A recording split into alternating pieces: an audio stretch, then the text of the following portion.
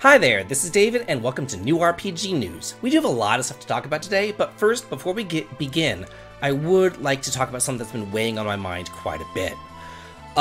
Just about every single day, in the last couple of months, I've been getting comments saying like, "Hey David, I'm unsubscribed from your channel, YouTube unsubscribed me, what's going on?"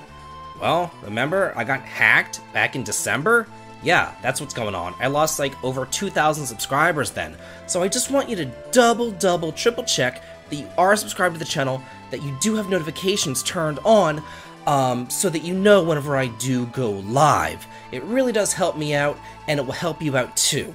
It's probably on me because I just made that one video about the hack and then I just kind of moved on with my life. I didn't really want to discuss it. But I really should be reminding y'all to do that, so that's, again, is on me. So I will be trying to remind y'all to do that in the upcoming months. Thank you. And with that, let's move on with the news. First up, Final Fantasy 16 on the PlayStation 5 will have a world map just like in Final Fantasy X. So remember how it was kind of like a point-and-click map once you got the airship and you can kind of see wherever you wanted to go throughout Spira? It's the same thing here in Final Fantasy 16. I would prefer a traditional world map, obviously, but I think that this is kind of a pretty good compromise here. So what you're going to be having is open regions, similar to something like, say, Xenoblade Chronicles 3 or Atelier Ryza 3, something like that. So it's not open world, it's open region. And each of the regions, it says, can be densely populated and fully explored. But you can go back to the world map anytime you want to. You can go back to a zone and do a quest anytime you want to. It says you can follow the main quest there, and once you finish that, you can go back to this hub area named the Hideaway. That's essentially the hub town, serving as your base of operations. You can upgrade weapons, partake in other activities, but if you ever get the itch to return to a previous location, you'll be able to at any time. You can go back to places that you visited before and explore those places. And in some of those places, there'll be new side quests that you can start. So this is pretty neat. This is like a Final Fantasy 12 sort of thing. So I like that as far as it's open region instead of open world, because open world to me is a bit overwhelming. I made a video about this before, but I did want to just kind of reiterate some things here about the Final Fantasy Pixel Remaster, just in case you missed the previous video. It's coming out on both the PS4 and the Switch on April 19th with some new features here on the console. We don't know if these new features are going to be coming to the PC versions of the game, which are the versions that I have. So, you have the option to change your soundtrack. You can go from the new orchestral arrangements, or you can go back to the original soundtrack. It's completely up to you. Also, you can change fonts. The fonts on the original version sucked. They were terrible. They were like unreadable. So thank God they allow you now to change the fonts. You can also turn off all random encounters. So that's pretty cool, I've got to say. Then it says you can adjust the experience. It says, speaking of getting stronger, want to speed things up a little? Boost features let you adjust the experience gained up to 4 times. Perfect if you want an easier run through the games. They don't say anything about lowering the experience. I know a lot of people are talking about like low-level games or challenge runs or things like that. They don't talk about that here. So we don't know if they are going to be doing that. So yeah, just some pretty cool news about these new Pixel remasters, which I've played through all of them on the PC, and I really enjoyed them. In kind of news of the weird, the Japanese voice actor for Cloud is essentially fired. He's been the Japanese voice actor for Cloud since 2002. I'm gonna butcher his name. Takahiro Sakurai. But essentially, like, apparently voice actors over there are held to really high standards, and the guy's married, but he had a 10-year-long affair, and then it was recently discovered that he had a 15-year-long affair with a completely different woman as well, and because of this, he is going to be fired. So we don't know if this is going to delay the release of the part 2 of the remake. Maybe it might delay it over in Japan. We might get ours on time. We don't know if they've already recorded the voices. They're still going to use it. If they're going to re-record all the voices for Cloud, we don't know. But again, news of the weird right here. I figured that I'd bring it up. We have some good news.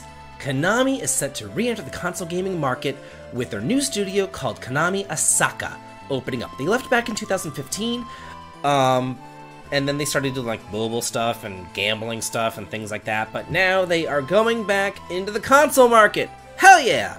They were a mainstay of my childhood, making games like Castlevania, Suikoden, Metal Gear, Silent Hill if you're into that sort of stuff. Tons of games for the NES and SNES. I loved Konami. And then they left, and there's been like a hole in the gaming community ever since, but now they're coming back. This is fantastic, fantastic news. Yeah, it took the Xbox 360 and the PS3 to kick them out of the market because those consoles sucked. But now that gaming is back to where it needs to be, they're coming back. This is pretty neat. Monochromobius Rights and Wrongs Forgotten is going to be coming to the West for the PS5 and PS4 this fall. It's already available on the PC in English, but now it's going to be coming out for consoles. So that's pretty cool. It's coming out North America, Europe, and Australia. It's going to have Japanese audio and English text, though. I hate whenever there's no English voice acting. I'd rather there be no voice acting at all than have the Japanese audio. I know I'm the minority there, but I can't read and listen to somebody blab on in a language that I can't understand at the same time. So, yeah. It says that there's a limited edition available for pre-order on the NIS store for $100. It includes a copy of the game, a hardcover visual art book, a Prelude original soundtrack CD, a Day in the Town 17-inch by 24-inch cloth poster, Shunya and Halu acrylic display, oh good god, Moonchika and Mikazuchi acrylic display, 5 sets of arts cards, and a collector's box. There's going to be a standard edition of the game, and then it gives an overview. It says the newest installment of the, oh good god, Utowerumono series follows a young fighter, Ashtor, who lives a quiet life with his mother and younger sister. However, his once familiar world is shattered when he meets a mysterious young girl named Shunya, claiming his deceased father is still alive. Shunya's actions continue to create more questions. Who is she? Where does she come from? Join Oster on his journey to discover the truth of his father and uncover the mysterious surroundings of this enigmatic young lady. I know that the whatever legacy is it's not like a traditional RPG, it's more of like a visual novel sort of thing, but this is supposed to be more of a traditional RPG, so that's pretty cool. It says enjoy classic turn-based RPG gameplay with systems and modern quality of life features. That's kind of stuff I love. Next, the Voice of Cards Trilogy is being released. This is all 3 games bundled and packaged together in one. They're being released digitally, though, not physically. $50. You get Voice of Cards, the Owl Dragon Roars, the Forsaken Maiden, and then the Beasts of Burden. So if you like traditional turn-based combat, card mechanics, very simple, basic stories, that sort of stuff, then you might enjoy this. I actually played a couple of them, and I didn't hate them. We'll just put it that way. I didn't hate them. Real quick, I just wanted to make you aware of this sweet little sale.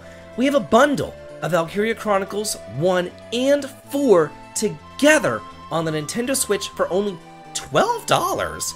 This is a limited time sale. It says it ends on the 17th. So if you like beautiful, absolutely gorgeous, kind of like a real-time strategy RPG with a great storyline, based kind of on the real world, but not really sort of thing, then you want to look into this series. This is one of the best tactical RPG series out there. I really, really enjoy it, and I think that this bundle right here is a steal. And our final story of the day, we have a new Kickstarter. This is for Infinite Mana by Wonderlust Games.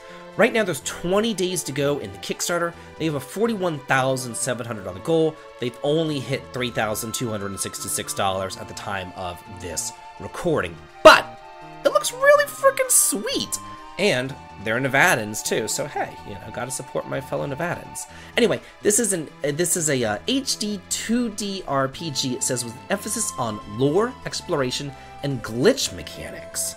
So if you watch this little jiffy thing happening right here, you're going to see how it kind of does like a glitch, and it switches into like different modes. You can switch from this kind of side-scrolling mode into like a 2D mode. It looks really frickin' cool. It says it's a mix of newness and nostalgia that's lovingly crafted to evoke a sense of wonder and discovery. Every step is something new to discover and is designed to take you off guard, so expect the unexpected. You can choose from 20 different guises or classes, each with their own unique abilities that can be used both in battle and on the field. Then it says through your travels you may notice glitches or not. It's totally normal as you wander. You may even discover a way to use these glitches to your advantage. It's planned to launch on PC, on Steam, and on the Epic Game Store, and be about 40 to 60 hours long, and there is a demo available on Steam as well. So I just thought that I would bring this one up because I love a turn-based RPG, I love the retro look and feel, and I love the HD2D thing. So yeah, figured I'd bring this up. It's pretty cool. Anyway, that's it for this week's news. Hope you guys enjoyed this, and as always, have a good day.